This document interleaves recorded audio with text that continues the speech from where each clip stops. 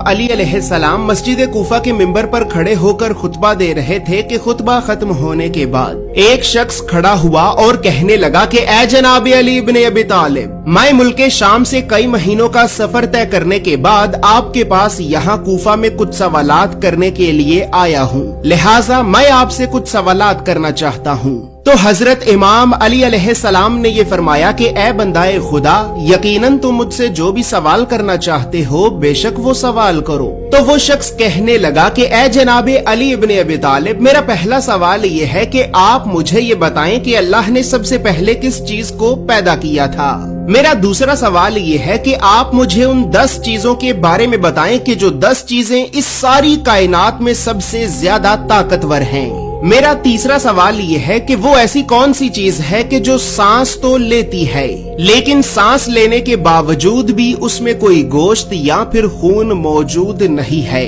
मेरा चौथा सवाल ये है कि अल्लाह ने पहले आसमान को किस चीज से बनाया है। मेरा पांचवा सवाल ये है कि आप मुझे 7 आसमानों के नाम बताएं। मेरा छठा सवाल ये है कि आप मुझे आसमान के दरवाजों के तालों और चाबियों के बारे में बताएं। मेरा 7वां सवाल ये है कि आप मुझे ज़मीन की सबसे बेहतरीन वादी का नाम बताएं।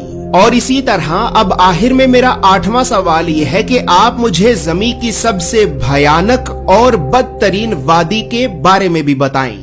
दोस्तों, इन सवालों के जवाब आपको बताने से पहले यहाँ पर ये बात याद रहे कि ये जो वाकया मैं आपको सुना रहा हूँ तो ये वाकया आज से 1000 साल से भी पहले लिखी गई अहादीस की 2 मोतबर तरीन किताबें जैसे कि अल हिसाल के बाब नंबर 10 की हदीस नंबर 25 में और उयून अखबार अल रिजा के वॉल्यूम नंबर 1 के बाब नंबर 24 की हदीस नंबर 1 में भी ये वाकया वाज़े तौर पर मौजूद है। इसके अलावा तोहफल उकूल और बिहारुल अनवार के volume number 10, volume number 33, volume number 43 और वॉल्यूम नंबर 57 में भी 2 जगहों पर ये वाकया वाज़े तौर पर मौजूद है। तो बस फिर अब हजरत इमाम अली अलैहिस्सलाम ने उस शख्स से ये फरमाया कि ए बंदाए खुदा, तुम्हारा पहला सवाल ये है कि अल्लाह ने सबसे पहले किस चीज को पैदा किया था। तो ए बंदाए खुदा, जान लो कि अल्लाह ने सबसे पहले नूर को पैदा किया था। तुम्हारा दूसरा सवाल ये है कि वो ऐसी कौन सी 10 चीजें हैं कि जो 10 चीजें इस सारी कायनात में सबसे ज्यादा ताकतवर हैं। तो ए बंदाए खुदा, जान लो कि अल्लाह ने इस कायनात में सबसे ज्यादा ताकतवर पत्थर को बनाया है, लेकिन अल्लाह ने पत्थर से भी ज्यादा सख्त लोहे को बनाया है कि जो पत्थर को भी काट देता है। इसी तरह फिर लोहे से ज्यादा सख्त आग है कि जो लोहे को भी पिघला देती है।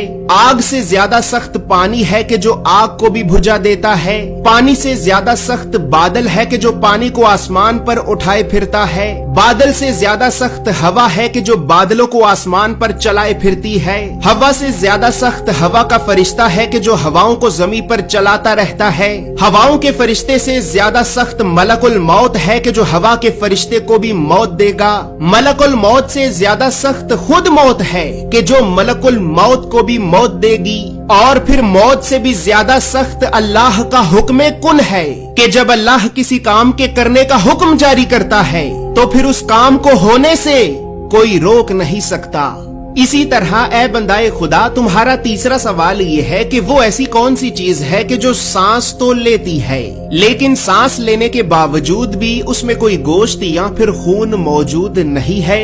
तो ए बंदाए खुदा, जान लो कि वो चीज के जो सांस तो लेती है लेकिन सांस लेने के बावजूद भी उसमें कोई गोश्त या फिर खून मौजूद नहीं है, तो वो सुबह है। इसी वजह से ही अल्लाह रब्बुल इज्जत अपने कुरान में ये इरशाद फरमाता है कि कसम है रात की कि जब वो जाने लगे और सुबह की कि जब वो सांस लेकर आने लगे। दोस्तों, याद रहे ये चांद, सूरज, सितारे, सयारे, जमीनों, आसमान, सुबह और शाम, ये सब भी अल्लाह की मखलूकात हैं। और इसी वजह से ही अल्लाह रब्बुल इज्जत अपने कुरान में सूरे अल इसरा की आयत नंबर 44 में ये इरशाद फरमाता है कि 7 आसमान और 7 जमीनें अल्लाह की तस्बीह बयान करती हैं और हर वो चीज भी कि जो इन 7 आसमानों और 7 जमीनों में रहती है। और कोई भी चीज ऐसी नहीं है कि जो अल्लाह की तारीफ के साथ उसकी तस्बीह बयान ना करे, लेकिन तुम इनकी तस्बीह को समझते नहीं हो। दोस्तों याद रहे कि कुरान की इस आयत के मुताबिक सातों जमीनों आसमानों में रहने वाली मखलूकात के अलावा खुद सातों जमीनों आसमान भी अल्लाह की तस्बीह बयान करते हैं, लेकिन हम उनकी तस्बीह और तारीफ बयान करने के अंदाज को समझ नहीं सकते। इसी तरह बस फिर अब हजरत इमाम अली अलैहिस्सलाम ने उस शख्स से ये फरमाया कि ए बंदाए खुदा, अब तुम्हारा चौथा सवाल ये है कि अल्लाह ने पहले आसमान को किस चीज से बनाया है। तो ए बंदाए खुदा, जान लो कि अल्लाह ने पहले आसमान को पानी के बुखारात से बनाया है। दोस्तों याद रहे, बुखारात पानी की उस भाप या फिर धुएं को कहते हैं कि जो पानी गर्म होने के बाद निकलता है, और अल्लाह ने पानी की इसी भाप और धुएं से ही पहले आसमान को बनाया है।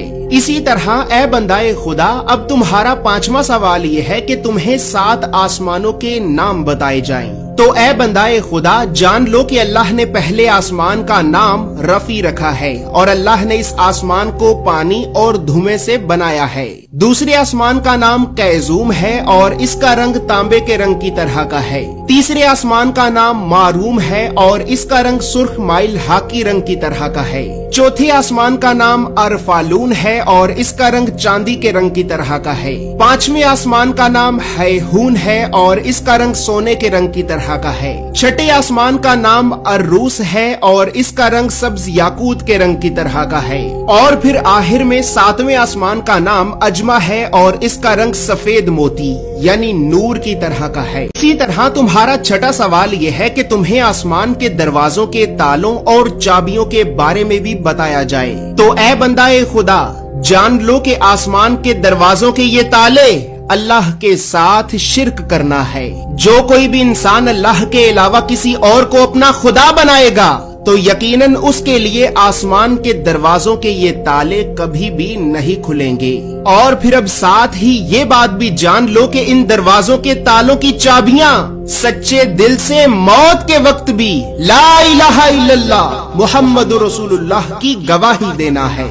दोस्तों अब यहाँ पर ये बात याद रहे कि बुखारी और मुस्लिम की हदीस के मुताबिक अल्लाह ने एक आसमान से दूसरे आसमान में जाने के लिए मुख्तलिफ दरवाजों को बना रखा है और अल्लाह के बहुत से नबी और पैगंबर इन्हीं दरवाजों से ही गुजरकर मुख्तलिफ आसमानों पर भी जा चुके हैं। बल्कि बुखारी और मुस्लिम की इन्हीं अहदीस के ही मुताबिक अभी इस वक्त हजरत आदम अलैहिस्सलाम पहले आसमान पर, हजरत ईसा और यहया अलैहिस्सलाम दूसरे आसमान पर, इसी तरह फिर हजरत यूसुफ तीसरे आसमान पर, हजरत इदरीस चौथे आसमान पर, हजरत हारून 5वें आसमान पर, हजरत मूसा 6ठे आसमान पर और हजरत इब्राहिम अलैहिस्सलाम अभी इस वक्त 7वें आसमान पर मौजूद हैं। दोस्तों अब यहाँ पर साथ ही ये बात भी याद रहे कि अल्लाह रब्बुल इज्जत ने अपने कुरान में सूरे अज़-ज़ारियात की आयत नंबर 7 में ये कसम खाई है कि कसम है रास्तों वाले आसमान की। यानी कुरान की इस आयत के मुताबिक अल्लाह ने आसमान में रस्तों को भी बना रखा है और यकीनन अल्लाह के नबी और पैगंबर भी इन्हीं रस्तों से ही गुजरकर मुख्तलिफ आसमानों पर जा चुके हैं। तो इसी तरह बस फिर अब हजरत इमाम अली अलैहिस्सलाम ने उस शख्स से ये फरमाया कि ए बंदाए खुदा, अब तुम्हारा 7वां सवाल ये है कि इस ज़मीन की सबसे बेहतरीन वादी कौन सी है। तो ए बंदाए खुदा, जान लो कि इस ज़मीन की सबसे बेहतरीन वादी सरंदीप है, क्योंकि अल्लाह ने आदम अलैहिस्सलाम को जन्नत से निकालकर ज़मीन की इसी वादी में ही उतारा था। दोस्तों याद रहे कि ये वादी यानी वादी सरंदीप मौजूदा दौर में श्रीलंका में मौजूद है।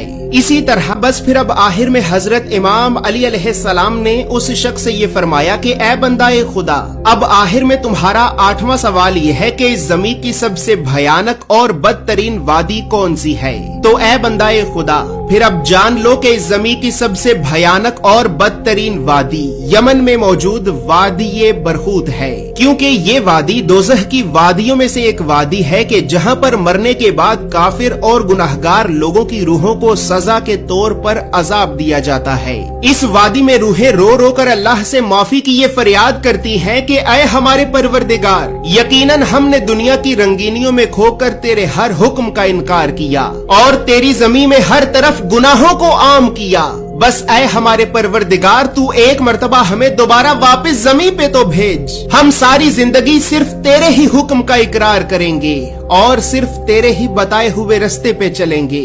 لیکن افسوس کہ ان روحوں کے رو رو کر معافی مانگنے کے باوجود بھی اللہ انہیں معاف نہیں کرے گا.